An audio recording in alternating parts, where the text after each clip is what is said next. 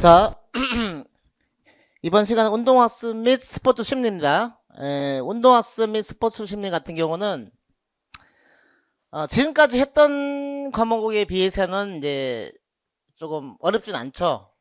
어렵진 않은데 이제 운동학습 제어 같은 경우는 그래도 조금 어려워요. 운동학습 제어는 좀 용어가 조금 이제 추상적이라서 그래서 이 운동이 이제 생성되고 뭐 형성되는 원리에 대해서 이제 그걸 밝혀내는 건데, 이게 진짜 우리 뇌나 우리 신경계에서 이 운동이 어떻게 이루어지는지에 대해서 분석하는 건 굉장히 이제 어려운 수준이고, 의대에서도 아직 뭐 해부 생리학에서도 아직 그걸 정확하게 밝혀내는 건 어렵죠. 우리 뇌를 분석한다라는 게. 그런데 이제 우리 운동학습 제어 같은 경우는 그 정도 수준이 아니라 그냥 학자들마다 자기 어떤 견해에 대해서 추상적으로 얘기하는 수준 이라고 보면 될 것 같아요. 제가 볼 때는. 그래서 시험에 나오는 것도 뭐 너무 이제 아주 어려운 것보다는 우리 현장에서 이야기할 수 있는 것들 중심으로 이제 출제가 되니까 뭐 그렇게 너무 어렵게 생각할 필요는 없을 것 같아요. 예. 그래서 이 한국교육과정 이제 평가원에서 제시한 이 평가 영역표를 보면은 운동학습 및 심리라고 되어 있습니다. 운동학습 및 심리. 그래서 운동 제어보다는 이제 우리 원래 이제 이론서는 운동학습 및 제어죠. 근데 제어 파트보다는 학습 파트가 중요하다라고 이제 이미 평가원에서는 강조를 하고 있는 겁니다.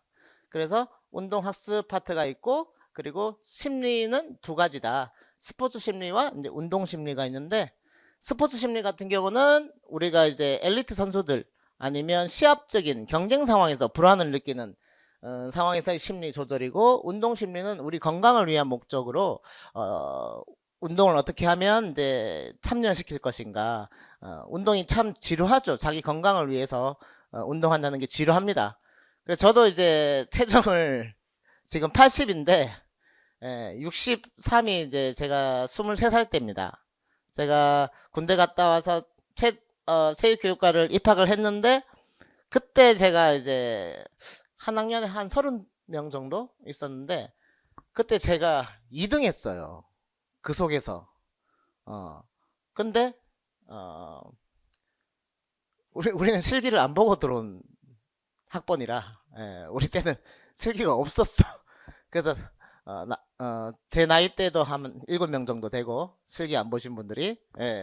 그래서 약간 뭐 이렇게 초엘리트 수준은 아니지만, 하여간 그때 제가 23살 때는 제가 100m를 12초 2까지 뛰었어요, 실제로. 그래서 어, 그 1학년에서는 2등 정도 했던 기억이 있습니다. 그래서 그 체중으로 돌아가기 위해서 부단히 노력하지만 계속 지금 실패하고 있습니다. 이번에 운동 심리 공부하면서 좀 더 제 스스로 컨트롤을 한번 해보겠습니다. 자, 이번에 책이 나왔는데 이 책입니다. 이 책. 이 책인데 이제 이 책 편집이 상당히 깔끔합니다. 책 편집이.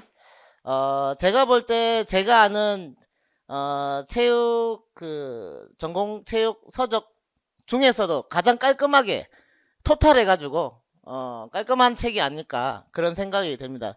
책 보면은 굉장히 공부하고 싶은 어떤 느낌이 들어요. 책 괜찮지 않아요? 편집? 확 땡기게 만들어서 확. 예. 하여간 이제 책 자체는 굉장히 깔끔하게 만들었다. 자, 먼저 전체 내용을 보면은 기술의 원리, 기본적인 원리를 알고 기술을 이해하고 구체적으로 어떻게 연습하고 실제로 연습한 걸 어떻게 평가하고를 이제 보는 겁니다. 그래서 원리를 파악하기 위해서는 이제 결국은 우리가 운동을 지금 재밌게 열심히 참여하고 있는데, 그 기본적인 그 원리가 뭐냐, 이렇게 밝혀낸 거예요. 그래서 학자들이 이제 생각한 게, 일단은 이제 운동을 하는 데 있어서 제일 중요하게 제어하는 요소는 일단 사람. 사람에 따라서 다 다르다는 거죠. 어떤 사람은 키가 크고, 어떤 사람은 키가 작고, 어떤 사람은 심리가 불안하고, 어떤 사람은 심리가 뭐 안정돼 있는데, 뭐 사람마다 다 달라. 어떤 사람은 인지적인 판단이 빠르고, 어떤 사람은 신체적으로 동작이 빠르고, 뭐 다 다르니까 사람마다 다르고, 그 다음에 과제마다 다르다는 거죠. 그래서 뭐 쉽게 말하면 이제 어떤 종목에 따라서 달라진다는 겁니다. 그리고 이제 주변 환경, 조절 환경과 비조절 환경인데 운동에 영향을 주는 조절해야 되는 환경입니다. 조절해야 되는 환경. 그래서 꼭 조절 우리 앞에 주어지는 환경, 우리 교재 내에서도 시험에 나올 만한 내용이 있고 시험에 나오기 조금 어려운 내용도 있죠. 그냥 이제 이해를 위해서 깔아놓는 내용과 우리가 반드시 외워야 될 내용이 구분되어 있어야 돼요. 그래서 제가 암기 카드를 이제 이렇게 드리는 거죠. 근데 꼭 외워야 될 내용만 드리게 되면은 조금 이해하기가 어려울 수도 있어요. 근데 이제 그래서 제 교재 자체는 조금 내용이 풍부하게 설명이 있고, 그다음 제가 암기 카드를 해드리는 이유가 좀 꼭 외워야 될 내용을 구분 짓기 위해서 이렇게 드리는 거죠. 그래서 이런 그림도 있지만 암기 카드에는 바로 뭐가 나온다? 그런 내용이 없다. 그래서 시험 내기 어렵다라는 내용이고, 아까 그 내용은 그냥 이해를 위해서 도움을 드리는 내용이 된다. 그리고 이제 이런 문제들이 있는데 요거는 이제 그냥 지도사 수준에서 나올 수 있는 거고 시험에 내기는 어렵고요.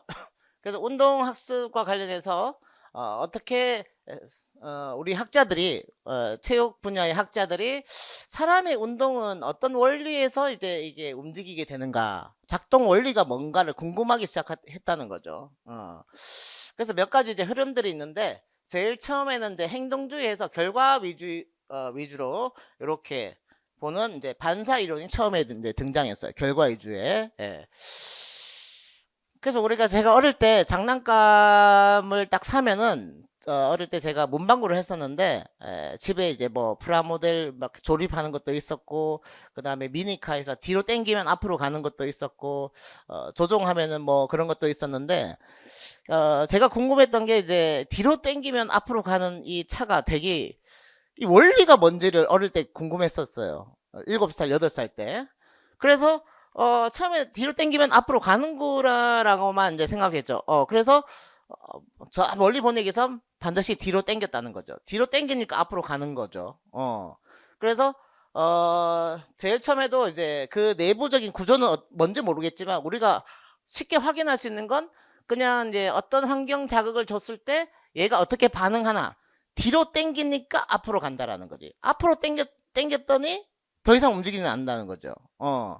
그래서 우리가 처음에 확인할 수 있는 건 이제 세링턴이에요. 세링턴.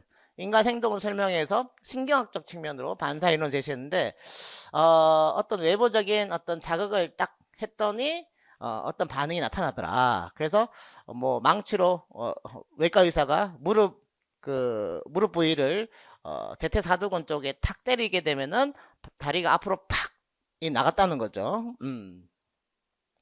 그래서 자극과 그 반응, 그리고 그 반응이 또 다른 자극이 되어서 또 다른 어떤 반응을 연결하는 게 이제 이 인간의 운동 행동이라는 거죠. 그래서 외부로부터 제시된 자극에서 운동 행동이 생성되는 이제 이론으로, 그러면 반드시 뭐가 필요합니까? 운동을 할 때 누가 자극을 줘야지 운동을 한다라는 겁니다. 자극을 줘야지. 그럼 자극이라는 게 환경이거든요. 환경적인 어떤 자극이 주어져야 운동한다는 거죠. 환경적인 어떤 자극이 주어져야. 그래서 이제 세링턴이 이제 제시한 게 이제 외부로부터 제시된 자극에서 운동 행동이 생성된다는 이론이고, 그 중간 과정, 이 자극과 반응 이 사이에 어떤 원리에서 이 반응이 나타나는지는 몰라. 그 정도 수준이 안 되니까 그냥 자극을 줬더니 그냥 움직인다는 거죠. 그래서 움직인 결과에 관심을 갖는 행동주의 접근이 되는 겁니다. 행동주의 접근. 예. 한계점. 너무나 단순하고 목표지향적인 동작이나 환경 변화에 따른 인간의 능동적인 행동의 변화에 대한 설명이 어렵다. 모든 움직임에 감각적 피드백이 없어도 운동이 발생할 수 있다는 결과를 설명을 못한다. 그래서 만약에 이 감각적인 환경이 이제 자극이 되어 가지고 내가 반응을 이끌어낸다면, 만약에 이제 이 뭐 어떤 고유성기라든지 감각신경이 없는, 시각에 장애가 있거나 청각에 장애가 있거나 어쨌든 외부로부터의 어떤 정보를 얻을 수 있는 자극이 없는 사람은 어떠한 반응도 나타나지 않는다라는 결과가 나오는 거죠. 그쵸? 반사 이론에 의하면 반사가 실제로 이제 우리 운동생리학에서 반사가 시험에 나올 확률은 저는 별로 없다고 생각해요. 반사라는 게. 예. 뭐 굴절 반사 뭐 이런 거, 뭐 못을 밟았을 때 약간 굴곡을 일으키고 반대쪽에 교차 신전해서 뭐 균형을 유지한다, 뭐 그런 내용들은 사실 우리 저기 뭐냐 체육이나 운동 기술과는 무관하잖아요. 그쵸? 예.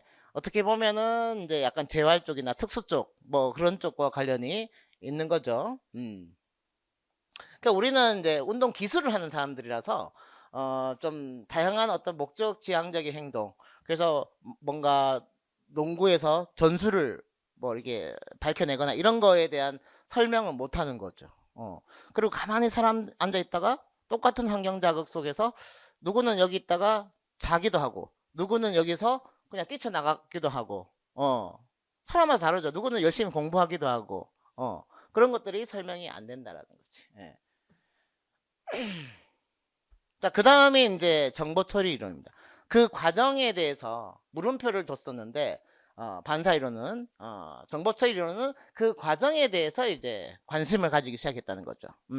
그래서 저도 이제 처음에는 이제 땡기고 앞으로 가고, 땡기니까 앞으로 가고, 앞으로 미니까 차가 뒤로 안 가고, 왜 그럴까에 대해서 관심을 가졌어요. 그래서 제가 처음에 확인할 수 있었던 거는 그냥 얘한테 어떤 자극을 줬더니 어떻게 움직이더라 밖에는 제가 할 수 있는 게 없었죠.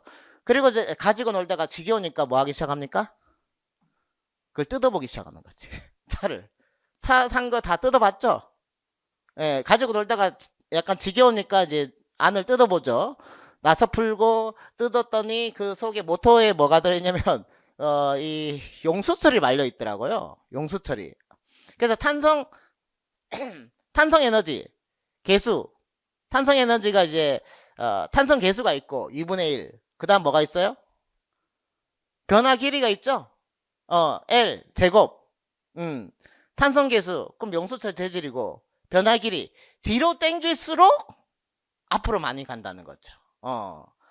그래서 그걸 뜯어봤더니 이런 게 들어있구나 라는 걸 알게 된 거죠. 그럼 정보 처리 이론 이제 하는 사람들은 뭘 뜯어봤겠습니까? 사람 머리 뜯어봅니까? 뜯어봐도 답이 없어. 그거 몰라. 예. 지금도 아직 뇌에 대해서 다 못 밝혔대요. 그래서 다 자기 생각입니다. 추상적인, 이럴 것이다 이런 가정들이야. 그래서 어려워요. 그래서 우리가 이해하기 어려워. 그래서 운동 행동이 생성되는 과정을 중시했다. 인간 환경이 정보를 능동적으로 활용할 수 있는 존재로 본다. 그래서 이제 능동적으로 처리할 수 있다. 그냥 환경을 이제 들어오면 내가 그대로 그냥 하는 게 아니라 사람에 따라서 그 처리하는 방식이 다르다는 거죠. 그리고 과정지향적이고 행동주의와 마찬가지로 환경정보가 인간의 행동에 직접적인 영향을 준다라는 거는 같은 어떤 입장을 취하고 있습니다. 예. 그래서 정보 처리 이론. 그래서 제일 첫 번째 관점이 이제 폐쇄 회로 이론이죠. 이렇게 명칭을 외워야 되는 겁니다. 명칭을.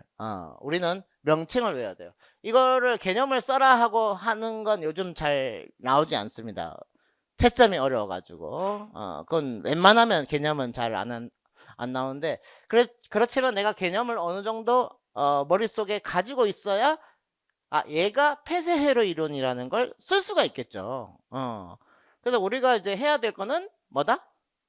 일단 이 명칭부터 정확하게 외워야 되겠죠? 누가 제시했습니까? 아담스가 제시했어요. 심지어 우리 시험은 요즘 학자를 반드시 줘요. 학자. 누가 제시한, 슈미트가 제시한, 뭐 아담스가 제시한. 내용 몰라도 학자 이름으로 답을 맞출 수가 있어요. 심지어. 요즘은 그래요. 요즘은.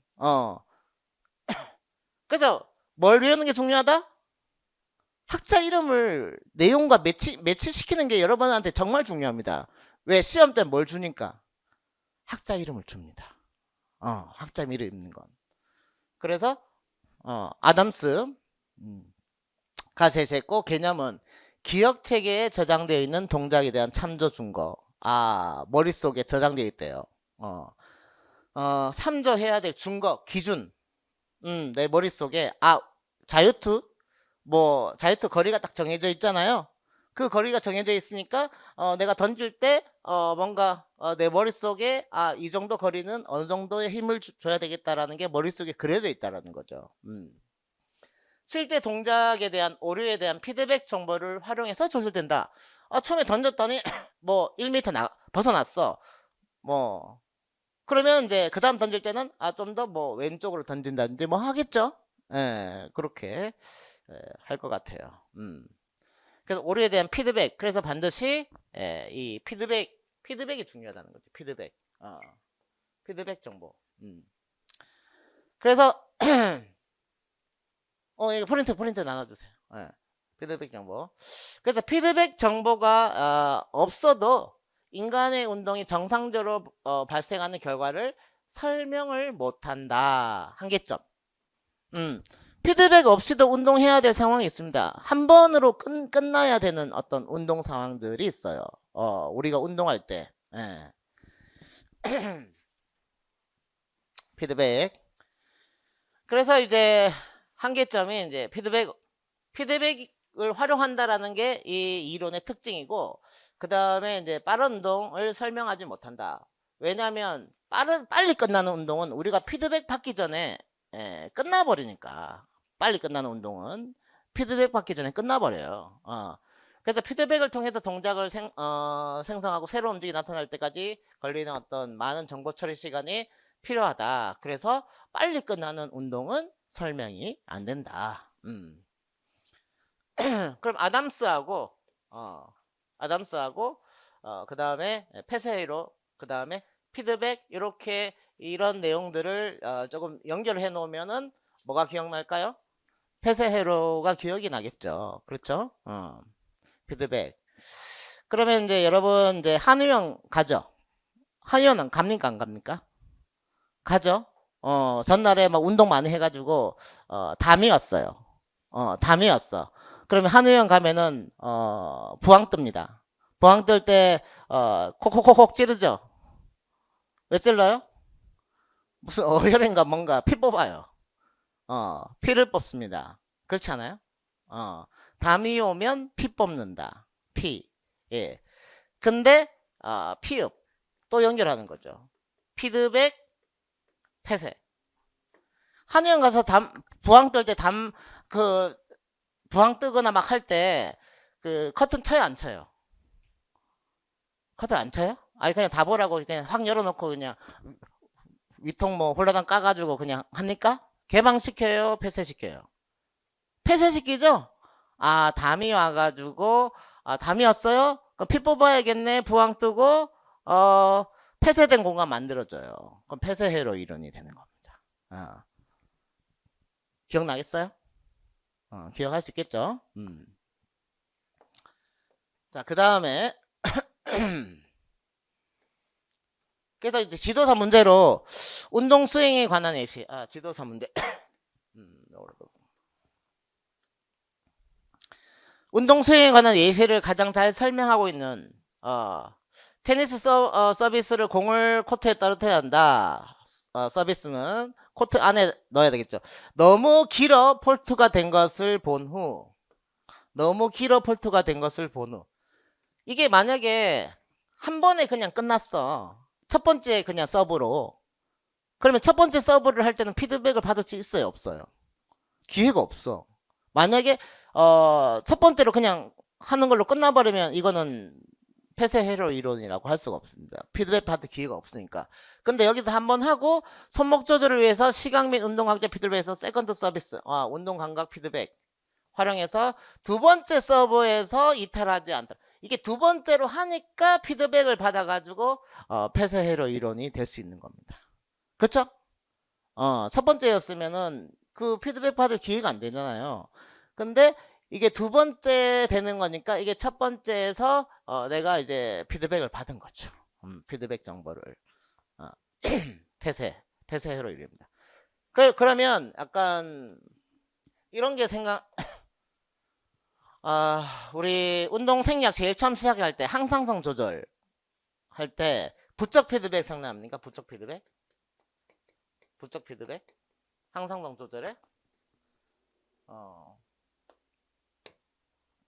체온이 상승해요. 체온이 상승하면 피드백 어떻게 됩니까? 떨어뜨려 주죠. 만약에 저체온이야 체온 저하돼요. 어떻게 피드백 줍니까? 올려줍니다. 그렇죠? 결과를 어떻게 만들어요? 정상 체온으로. 이 결과를 개방시키지 않습니다. 열리게끔 하지 않아요. 그냥 하나의 어떤 정해진 정상 체온 37도, 37.5도 뭐 이렇게 정상 체온으로 이렇게 결과를 도출시킵니다. 이게 이제 그 결과가 제한됐다는 거죠. 폐쇄됐다는 거죠. 폐쇄. 예, 그렇게 조금 기억해도 되죠. 내가 목표로 하는 부위에서 피드백을 통해 가지고 원하는 지점에 도달하도록 한다. 일정한 결과로 되겠습니까? 되겠죠. 그 다음에 이제 이 개방회로 이론. 그러니까 이런 게 실제로 그런지 안 그런지는 몰라. 근데 이게 나름대로 설득력 있게 이제 이 누가 얘기했습니까? 폐쇄회로 이론을? 아담스라는 사람의 얘기를 먼저 꺼낸 겁니다. 제일 먼저 꺼냈어요. 아담스가 먼저 꺼냈다는 거죠. 그 다음에 개방회로 이론이 나왔습니다. 개방회로. 상위 대뇌 거칠에 저장되어 있는 동작에 대한 운동 프로그램. 인간의 모든 운동이 생성된다는 것이다. 그 프로그램 속에 다 그냥 저장되어 있다는 겁니다. 그래서 우리가 뭐 AI라든지 뭐 어떤 뭐 로봇 이런 것들을 전부 다 뭘 해놔야 돼요? 프로그램 집어넣어놔야 되죠? 안 집어넣으면 안 되죠? 걔들이 답변을 빨리 해줘요? 아니면 반응이 빨리 느려요? 그러니까 저장된 대로 하니까 빨리빨리 나옵니다. 그냥 그 결과가 그냥 저장된 대로 그냥 해버려요. 운동 프로그램이라는 게 진행 계획이나 순서인데 운동 진행 계획이나 순서가 이미 저장돼 있다는 겁니다. 그래서 피드백을 통한다면은 내가 운동을 했어요. 근데 머릿속에 저장된 참조 증거를 보고 얼마 이탈했네. 그리고 다시 피드백 받아서 그럼 힘을 어떻게 줘야 되겠다. 시간이 걸린다는 거지. 이 피드백 왔다 갔다 하는 송수신의 어떤 피드백이. 근데 개방회로는 어떻게 하면 되니까? 그냥 머릿속에 저장된 대로 그냥 꺼내면 되네. 꺼내면 돼. 그래서 폐쇄 이론으로 설명하지 못했던 뭐를 설명한다? 빠른 걸 설명 못한다. 아담스가 이제 이 폐쇄 이론을 통해서 어떤 운동에 대해서 피드백 받고 오류 수정하고 했는데 그러면 최소한 왔다 갔다 하는 어떤 시간이 걸리니까 근데 뭐 야구에서 만약 타자들 같은 경우는 투수가 던진 공에서 반응 시간이 찰나의 순간에 내가 뭔가 반응을 해야 되거든요. 타자들이. 그게 시간이 0. 몇 초라던데? 정확히는 잘 모르겠지만. 0.5초 뭐 이거밖에 안 돼요. 설명이 안 되거든요. 설명이 안 돼. 근데 얘는 이제 피드백이고 나발이고 그냥 저장된 대로 하니까 빨리 하는 거지 하면서 설명을 했는데 얘도 문제점이 있어요. 빠른 건 설명하는데 저장 문제. 인간의 수없이 많은 어떤 정보들이 전부 다 머릿속에 저장된 대로 한다면 오늘 아침 일어나가지고 뭐 하고 뭐 똥도 싸고 코도 닦고 뭐 이게 하는 게 다 머릿속에 저장돼 있냐 이거지. 그 다음에 이제 신형 문제.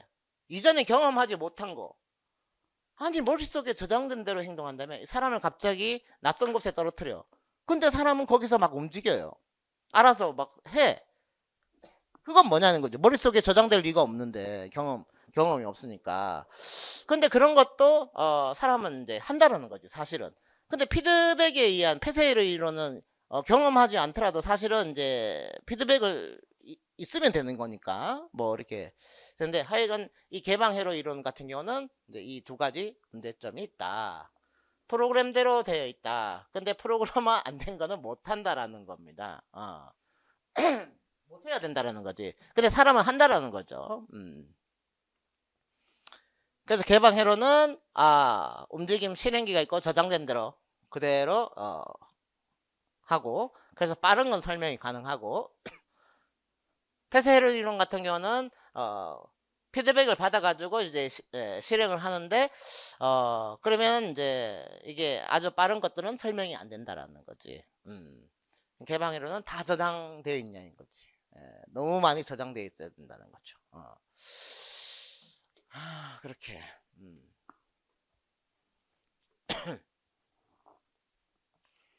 그래서 개방회로는 상해 대내 거치에 저장되어 있는 운동 프로그램. 그러면 중요한 게 개방회로는 뭐다? 운동 프로그램을 기억해야 되겠죠. 운동 프로그램. 운동 프로그램 꼭 기억해야 됩니다. 그리고 이제 피드백을 통한 조절이 불필요하고, 설명이 매우 빠른 움직임을 설명을 할 수 있다는 겁니다. 근데 한계점, 저장과 신용 문제가 있다. 개방회로.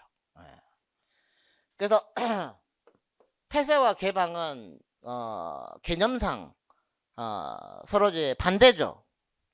그러면 폐쇄라는 건 이렇게 하면 이렇게 하고, 이렇게 하면 피드백 줘가지고 이렇게 쭉 어떤 결과를 도출하는 거고, 개방은 이렇게 열려 있다라는 어떤 의미인데, 모든 이제 프로그램들이 다 하나씩 이게 데이터들이 이게 저장이 되어가지고 열려 있다. 뭐 그렇게 운동 프로그램이 되어가지고 이게 쭈르르르르르 이렇게 저장되어 있다라고 생각을 하면 될 것 같아요. 개방은 프로그램 이런 것들이 하나하나 다 아침에 일어나서 어떻게 움직이고 뭘 타고 이런 것들이 다 이렇게 저장되어 있다는 겁니다. 근데 실제로 사람이 행동한 것들을 뭐 위치 GPS부터 해가지고 어디로 가고 뭘 하고 모든 것들을 이제 기록하면은 쭉 데이터들이 이렇게 돼요. 만약에 유튜브 해가지고, 제가 지금 유튜브 하니까 아침에 일어나가지고 있었던 일을 다 이렇게 저장하면 이거 지금 24시간 하루 24시간 동영상이 누적될 거 아닙니까? 그러면 그거 다 이제 이게 이 파일들이 뭐 어떻게 줄일 수도 없고, 그 전부 다 이제 그걸 하나씩 다 해야 된다는 거죠. 그럼 그게 머릿속에 다 이렇게 저장되어 있다는 겁니다. 그럼 각각의 한계점이 있죠. 그래서 뭐가 나왔다? 도식이론이 나왔다. 도식이론. 그래서 슈미트입니다. 그래서 작년에 어떤 수준? 명칭. 내용 몰라도 돼요. 슈미트 도식. 연결되어 있는 사람은 내용 안 읽고 그냥 맞추는 겁니다. 지금 시험이 채점의 간편성 때문에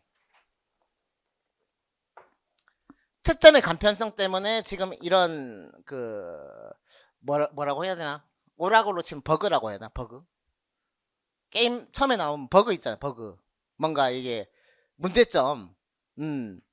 처음에 객관식, 우리가 2009년도부터 13년도까지 객관식으로 나왔거든요. 1차에. 그래서 객관식으로 냈더니 아니 지금 시대가 창의적인 인재 양성인데 학생들은 그런 인재 양성해야 되는데 교사도 객관식을 뽑으면 어떡하란 말이야 하면서 등장한 게 2014년도부터 지금 서술형 논술형입니다. 고등사고 때문에. 근데 첫째 그렇게 출제를 했어요. 근데 무슨 문제점이 발생했냐면 객관도 채점이 어렵다는 겁니다. 채점이 엄청 고생을 많이 했어요. 그래서 점점 시간이 지날수록 어떻게 채점하고 있다? 답이 짧아요. 간단해. 그리고 명확해. 좀 더 명확해. 그래서 특히나 학자가 이제 더더욱 중요해졌다는 겁니다. 학자 이름. 그래서 독특한 학자 이름은 여러분들 반드시 학자별로 머릿속에 딱 저장을 하셔야 됩니다. 아담스가 딱 했을 때 뭐 그런 식으로. 슈미트는 폐쇄 이론과 개방회로 이론을 장점을 통합했다. 핸드폰도 처음에 갤럭시 S하고 뭐 애플은 무슨 시리즈인지 모르겠지만 뭐 1, 2, 3, 4 이게 올라갈수록 그 이전의 장점들을 뭐 하면서 기능을 장착하면서 추가시키면서 이렇게 나오거든, 출시가 되거든요. 예. 그래서 일반화된 운동 프로그램. 자, 일반 교육학은 누가 하는 겁니까? 체육쌤만 하는 겁니까? 아니면 음악쌤만 하는 겁니까? 다 하는 거죠. 다 하는 거야. 그래서 모든 상황에 적용된 프로그램. 빠른 거, 느린 거 다 할 수 있도록 이제 개선시키는 거죠. 그래서 도식을 제한해서 두 가지 기억 상태를 가정하고 있다. 폐쇄회로 이론의 피읍,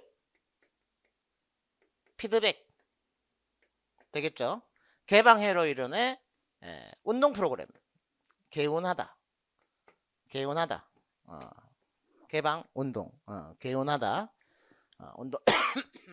그래서 운동 행동의 원리를 설명한다. 그래서 도식은 이제 제가 이 한자 풀이 제가 어릴 때 서당을 다녀가지고 제가 한자를 어릴 부터 먼저 한글보다 한자를 더 먼저 익혔어요.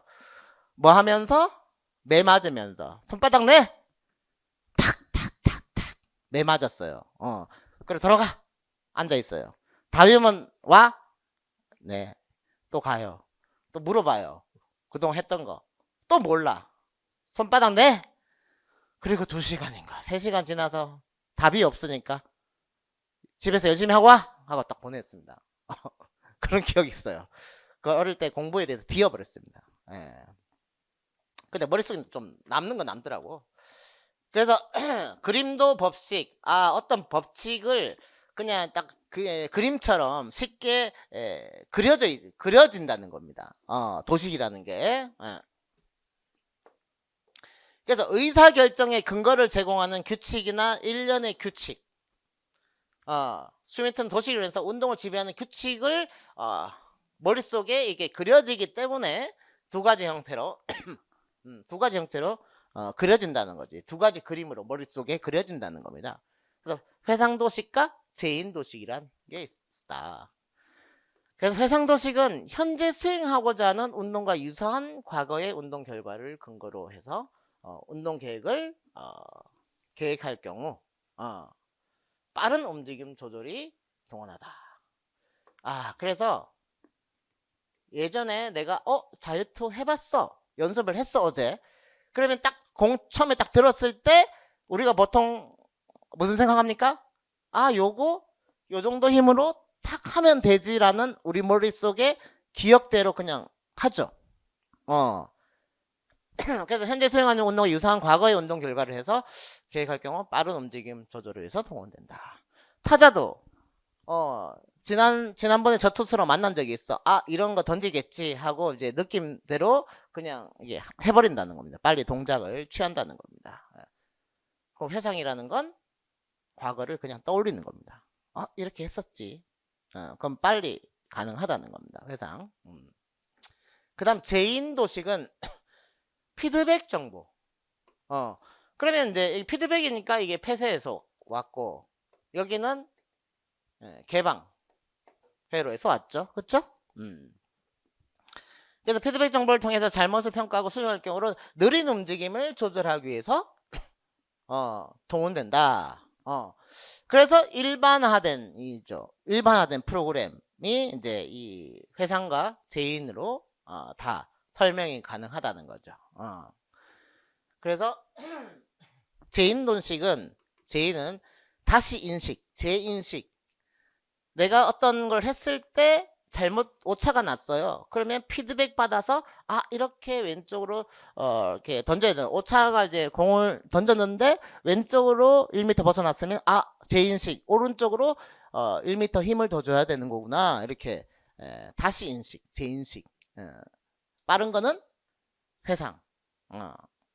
그래서 기억을 해야 되겠죠. 그래서 개방회로 이제 회상도식은 이제 일단 운동 프로그램, 그 다음에 폐쇄, 피드백, 재인도식, 재폐피, 회계운, 회계하자, 그러면 운이 온다. 재폐피, 회계운. 회계하면 운이 옵니다, 여러분. 회계하세요. 회계하면 운이 온다. 회계운. 그래서 다음에 시험에 나오면 요걸로 나오겠지. 그쵸? 좀 더 이제 한 번 더 들어갑니다. 한 번 들어가요. 시험에 나오면 한 번 들어간다. 그렇게 보시면 되고,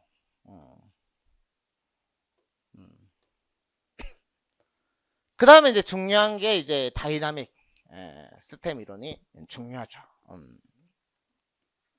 사실 이제 여기까지는 이제 장애 명칭 나왔으니까 다이나믹 시스템 이론이 매우 중요한 매우 그래서 다이내믹이라는 말을 일단은 알고 있어야 되겠죠. 뭡니까? 동력학 역학을 보겠다는 겁니다. 다이내믹. 그래서 번스타인은 신체 무슨 특성? 역학적 특성과 신체 역학적 특성하고 신체에 작용하는 내외적인 역시 힘. 우리 역학 공부할 때 내부 힘과 외부 힘 고려했습니까? 외력, 내력 고려하면서 운동 점프 계산하고 할 때 중력도 고려하고 지면 발력도 외력 고려하고 했죠? 고려합니다. 두 요인 간의 상호작용으로 인해서 다음과 같은 두 가지 현상이 발생한다라고 했다. 번스타인. 맥락 조건 가변성. 그리고 운동 등가. 이렇게. 자, 중요한 거는 이제 학자 이름이 중요하죠. 번스타인과 뉴엘이 다이나믹 시스템 이론입니다. 이 학자 이름을 꼭 기억해야 돼요. 자, 맥락 조건 가변성인데 뒤에 그 용어를 잘 기억을 하면 좋을 것 같아요. 뒤에 용어. 여기는 운동 등가거든요. 운동 등가. 뒤에 용어를 주목을 해야 됩니다. 가변은 변한다라는 겁니다. 가변은 변화 가능하다라는 거지. 다르다는 겁니다. 다를 가짜예요. 그리고 이제 가능하다는 거죠. 변화가 가능하다. 변화가 가능하다. 다르가고 등가라는 건 같은 값과 같은 값이 나온다는 겁니다. 등가라는 건 운동 등가. 같은 형태의 움직임이 만들어진다. 같은 형태의 움직임. 같은 등. 결국은 운동 등가는 같은 형태의 움직임이고 맥락 조건 가변성은 다른 형태의 움직임인데 맥락 조건, 맥락은 같아요. 동일한 근수축이 다른 움직임을 생성할 수 있어요. 같은 근육을 쓰더라도 우리는 늘 결과가 같은 게 아니야. 골프 선수가 만약에 같은 근육 써가지고 매번 치는데 같은 결과가 나오잖아요. 그러면은 홀인원 맨날 하지. 치면 홀인원이야. 근데 아니죠. 아닙니다. 맥락 조건은 같은데 이 가변성 달라요. 그 다음에 운동 등가는 다른 근육 수축이 뭘 만들어요? 같은 형태의 움직임 결과가 나타날 수 있다. 축구 선수 골 넣을 때 헤딩으로도 넣고 발로도 넣고 다양한 형태로 넣죠. 농구도 선수도 마찬가지. 그렇게 해서 이제 이 두 가지 맥락 조건 가변성 그 다음에 운동 등가 현상을 이제 밝혀냈다는 겁니다. 번스타인이. 그래서 저는 이제 약간 이거를 본 해가지고 뼈 하고 스트레인 해가지고 그냥 근육이 어떤 긴장감, 근육 긴장감 이런 식으로 저는 이미지를 심었어요. 그냥 번스타인을. 그러니까 우리가 역학할 때마다 사람 이제 뼈, 졸라맨 그리고 이제 근육 긴장도 이게 단축 그런 거 이미지를 저는 생각을 해요. 그래서 번스타인은 다이나믹이지. 예, 그렇게. 그다음에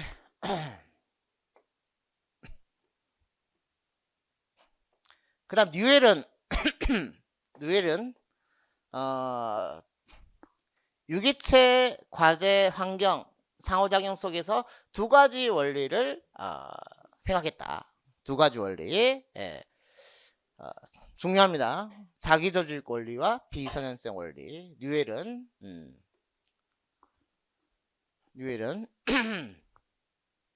그래서 자기조직 원리는 뭔가 세 가지 제한 요소가 특정 조건에 부합할 때 인간은 운동을 저절로 한다. 제가 트래핑을 잘 못했는데 그냥 계속 시간 날 때마다 트래핑을 했어요. 하다 보니까 어느새 그냥 하게 되더라는 거지. 무슨 피드백을 누구한테 받은 것도 아니고 배운 것도 아닌데 뭔가 하다가 스스로 깨우친다는 겁니다. 아기가 어릴 때 처음에 잘 못 걸어요. 못 걷다가 혼자서 걷다 보니까 우리가 뭐 한 발 앞으로 이렇게 하는 거야, 뒤에 발 이렇게 하는 거야, 가르쳐 주지 않아요. 그냥 내버려둬요. 근데 애가 스스로 하다가 어느 순간 잘 걸어요. 맨날 넘어지고 하다가 어느 순간 잘 걸어요. 예. 그래서 자기 조직의 원리입니다. 자기 조직. 스스로 이 유기체 과제 환경이 좋은 조건에 맞물리면은 이게 된다라는 겁니다. 자기 조직 원리.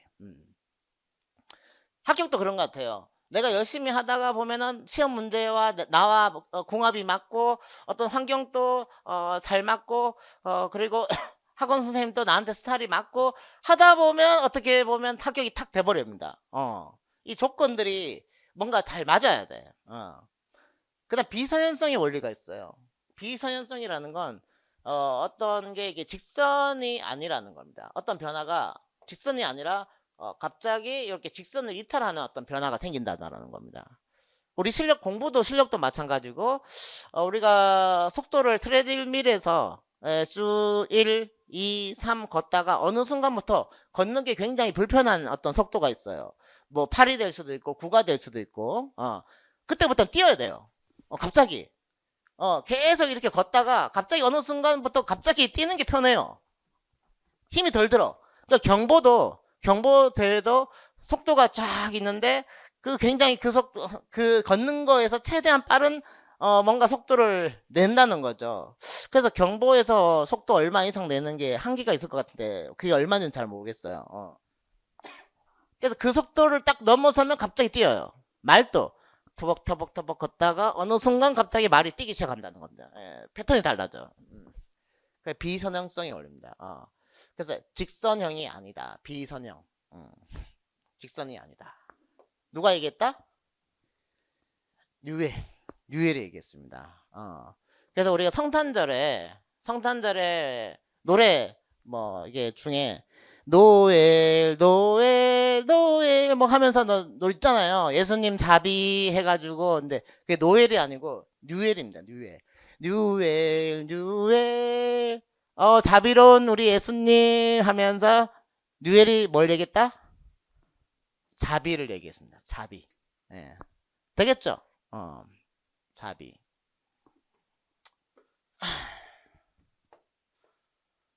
근데 이거는 내가 아직 생각을 못했어요. 이건 생각 못했어. 번스타인.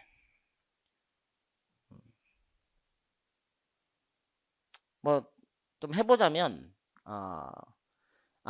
생각났다.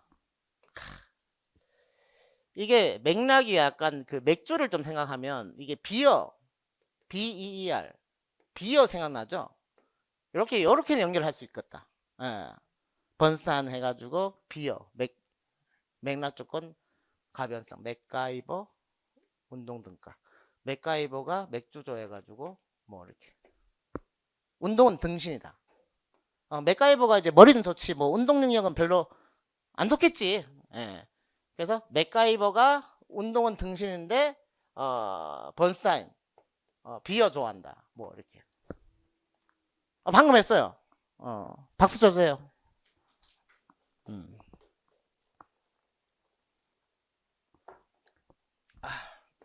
나는 무슨 이렇게 청킹하는 대회 있으면 좋겠어. 그 다음에 이제 이 상변이 현상. 인간 운동은 제한 요소의 상호작용에서 그래서 방금 이 내용들이 중요한 겁니다. 방금 했던 내용들이 중요해요. 다이나믹 시스템 이론, 번스타인 뭘 얘기했고 그 다음에 뉴엘이 뭘 얘기했는지 기억이 나야 돼요. 그 다음 상변 현상은 인간 운동의 제한 요소 상호작용에서 영향을 받는데 이러한 제한 요소는 유기체 과제 환경을 말하는 겁니다. 유기체 과제 환경 제한을 준다는 건 내 어떤 행동에 영향을 끼친다라는 뜻과 똑같죠. 제한을 둔다는 건 그럼 우리 삶에 제한을 주는 중요한 요소가 뭡니까? 우리가 지금 이렇게 사는 데 있어서 여기서 생활하는 데서 제일 중요한 제한 요소가 뭐예요? 돈이죠. 우리가 지금 돈이 없으면 학원도 못 끊고 이채문이 뭐 자비로운 사람도 아니고 뭐 무료 강의 열어주는 것도 아니고 그쵸? 다 돈이 있어야 여기 오고 이렇게 하는데 그러니까 우리 삶에 있어서 제일 중요한 제한 요소는 이제 사실은 돈입니다. 돈. 자본주의 사회는. 근데 운동에서 있어서 중요한 제한 요소. 운동할 때 내가 그 동작을 하게끔 만드는 거. 일단 키, 사람. 유기체 사람. 키가 크면은 제가 뭐 농구를 뭐 이렇게 그냥 뭐 이렇게 제가 키가 뭐 3m다. 그러면 뭐 그냥 공 패스 받아서 그냥 넣고 하면 되는데 우리는 키가 작으니까 그렇게 못 하는 거지. 예. 그리고 이게 농구냐 축구에 따라서 우리 행동이 또 달라져야 되고, 그리고 그게 환경이 실내냐 실외냐, 뭐 바닥이 미끄러우냐에 따라서 또 기술이 달라져야 되고, 그래서 제한 요소는 이제 약간 그런 겁니다. 어. 그러면 그 세 가지가 유기체 과제 환경이 조건이 이제 적합한 했는데 갑작스럽게 어떤 패턴의 변화가 온다는 거지. 폼이나 이런 것들이. 그래서 안정성 개념과 매우 밀접하다. 약간 안정하게 있다가 갑작스럽게 이게 상이 확 바뀌어 버린다는 겁니다. 어떤 폼들이 바뀌어 버린다는 거죠. 상변이 현상. 그럼 정보 처리 이론에서는 이런 것들이 설명이 약간 안 됐어요. 정보 처리 이론에서는 우리 뭐 갑작스럽게 변한다든지 저절로 뭔가 이루어진다든지 뭐 같은 근육을 쓰는데 어떤 다른 결과가 나타난다든지 다른 근육을 쓰는데 같은 결과가 나타나는 이런 설명이 불가했습니다. 기존 이론과 차이점. 기존 이론인가 뭘까요? 정보 처리 이론을 뜻하는 거겠죠. 인간의 생성을 배우는 운동 프로그램과 같은 기억표상 구조를 필요로 하지 않고, 기억표상 구조가 도식에서는 무슨 도식? 회상도식하고 제인도식 있었죠. 자기조직과 비선행성의 원리를 따른다. 그리고 이제 안정성과 상변의 개념이라는 개념을 썼다. 그리고 환경의 중요성을 강조했다. 그냥 환경이 인간의 운동이라는 장소로 존재하는 게 아니라 인간 운동이 매우 중요한 정보원으로 강조한다.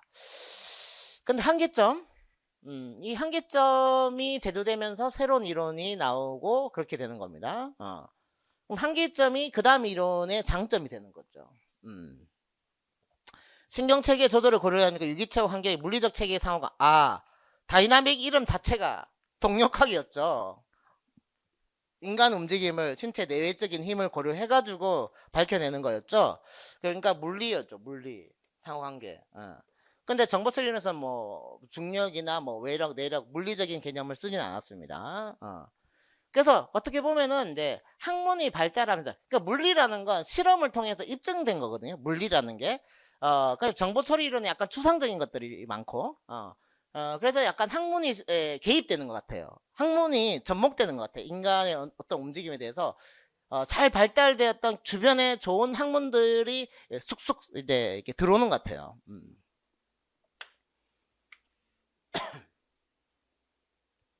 그 다음 생태학적인.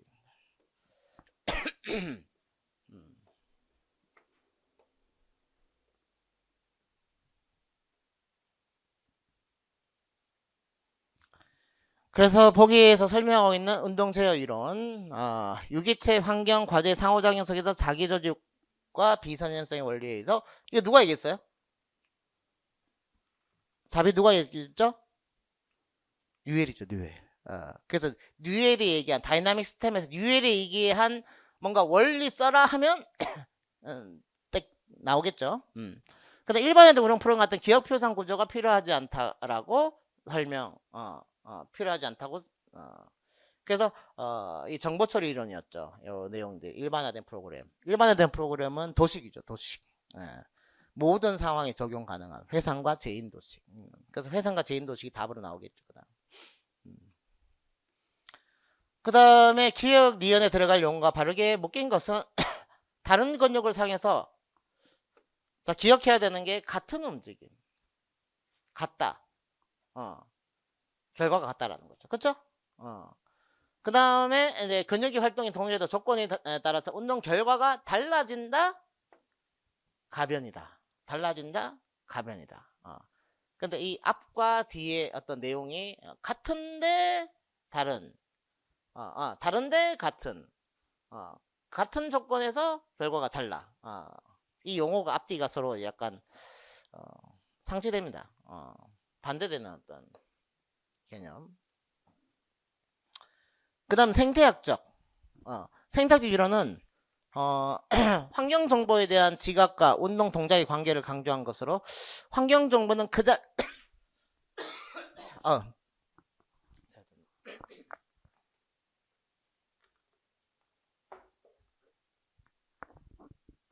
네. 환경정보는 지각과 운동 동작 관계를 강조하고 환경정보는 그 자체가 의미가 있다. 그래서 인지적 과정을 거치지 않고도 동작을 일으킬 수 있다. 그래서 유기체와 생태계를 하나의 단위로 분석하기 위해서 등장했고, 중요한 거는 깁슨이 이제 유용한 정보를 탐색하는 과정을 지각이라 간주하고, 정보를 탐색하는 과정에서 1차적으로 어떤 행동의 유용성을 제시한다라고 했다. 그래서 적용을 보게 되면은 자세 유지, 이동, 캐칭, 배팅, 시각이 중요한. 그러니까 다이나믹 시스템 이론에서 학문과 밀접한 게 뭐였죠? 학문과 밀접한 게 역학이었죠. 다이나믹은 이름 자체가 동력학이니까. 생태학, 다이나믹의 단점이 이제 물리학만 강조했다라는 거고, 생리학 중에서 시신경, 시각의 중요성을 이렇게 고려하지 못했다라는 게 단점이었는데, 여기서는 생리학에서 신경생리학, 시신경의 시각의 중요성을 강조를 했다라는 겁니다. 시각은 그 자체로 매우 중요하다. 그래서 훈련을, 정보 처리 이런 관점에서 훈련을 하게 되면 인위적인 상황에 대해서 훈련을 하거든요. 뭐 만약 훈련한다면. 근데 여기 생태학적 관점에서는 실제 상황 연습만 중요하다라고 생각합니다. 실제 투수가 운동장에서 실제 투수가 던지는 그 공을 직접 봐야 되는 거고, 그냥 배팅볼이 던져주는 거는 보다는 실제 투수가 던져주는 그 상황, 그 모든 실제적인 어떤 시각으로 들어오는 그런 것들이 중요하다라고 얘기를 하고 있습니다. 시각. 생태학도. 그럼 생태라는 게, 생태계 하면은 이 환경을 중요하게 생각하는 게 생태계죠. 우리가 사는 사람과 그 다음에 그 환경에 대해, 특히 환경에 대해서 중요하게 생각하는 게 생태인데, 그 환경이 중요하니까 그 사람이 시신경으로 그 환경을 정확하게 봐야 되는 겁니다. 여기서 강조하는 것.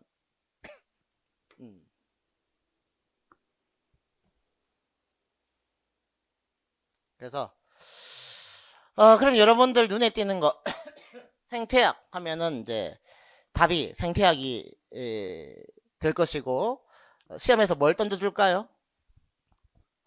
시험 문제에서 던져줄 게 뭐죠? 뭘 던져주죠? 일단 깁슨부터 던져주는 거 아닙니까? 요즘 논란의 여지가 없어야 되기 때문에. 그래서 깁슨은 이제 얘기를 강조를 했다는 겁니다. 그러면 이제 우리 그 병원 가면은 뭐 생태병리학실, 임상학 뭐 이런 거 봤죠? 그러면은 이제 거기에 옆칸 가면은 사람들 기부스 하고 있습니다. 기부스 하고 있다. 생태병리학실에서 눈을 다쳤어. 눈을. 기부스 해가지고 눈을 다친 사람이 이렇게 동태가 아니고 생태실에서 나오고 있는 걸 상상을 하시면 돼요. 되겠어요? 쉬었다 하겠습니다.